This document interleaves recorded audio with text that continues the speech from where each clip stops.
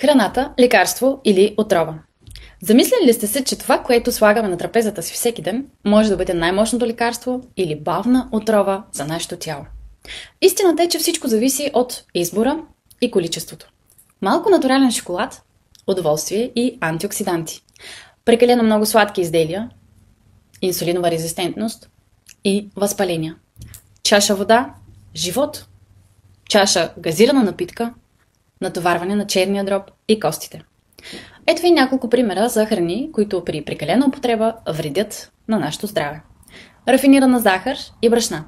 Бързо качване на килограми и спад в енергията. Преработени меса. Съжалявам, но скрити канцерогени и сол в излишък. Газирани напитки, много химия и нула ползи. Какво е решението? Да се стремим към баланс всеки ден. 70-80% истинска, чиста храна. Зеленчуци, плодове, чисти белтъчини. 20-30% обработени храни, но в контролирани количества. И достатъчно вода и движение всеки ден. Как Aquasource ми помага да балансирам моето ежедневие?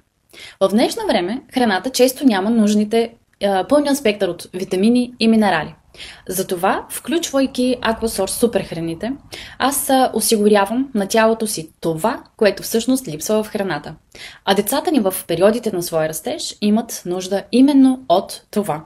Синьо-зелените водорасли, пълноценна храна на клетъчно ниво, коластра, подкрепа за имунитета, Moon Balance, помощ за хормоналния баланс, пробиотиците, здрава храносмилателна система.